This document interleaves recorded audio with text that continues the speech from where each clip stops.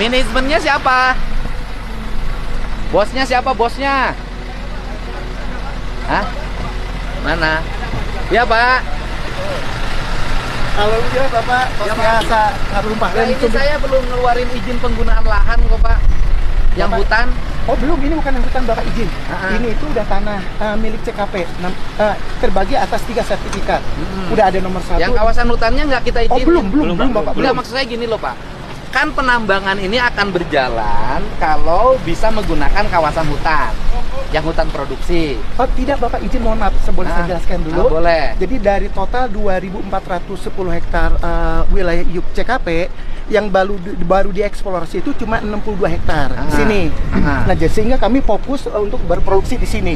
Tanahnya sudah milik CKP, kemudian juga memproduksi. Tapi karena dari perusahaan ingin mendapatkan potensi lebih, kami mengajukan izin untuk melakukan eksplorasi di wilayah hutan. Saya nggak mau.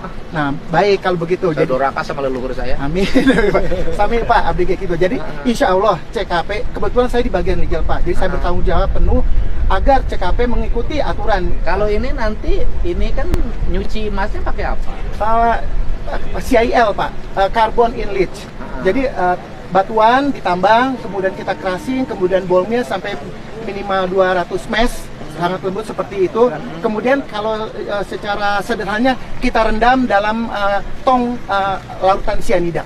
Sianida loh Pak. Betul. Buang sianidanya kemana? Nah, tadi Bapak sempat ke sana terus ke sana Pak. Nanti kita ada namanya tailing dam facility. Jadi lumpur dari hasil pengolahan itu disimpan dalam suatu dam besar, kemudian dilakukan treatment menggunakan kapur Pak. Dan dengan sinar matahari, sehingga kemudian sianida yang tersisa itu bisa dinetralisir dengan kapur dan matahari. Nah, dengan waktu tertentu, dan kami pun Kalau sianidanya bocor?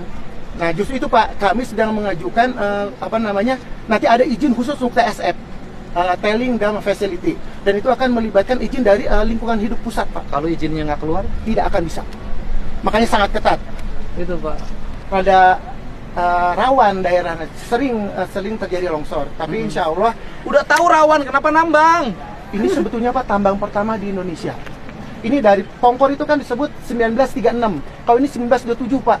Bapak kalau mungkin pernah dengar cerita. Saya mah nggak tertarik sama tambangnya Pak. Yang kayanya hanya beberapa orang. Rakyatnya suka susah di sekitarnya. Betul.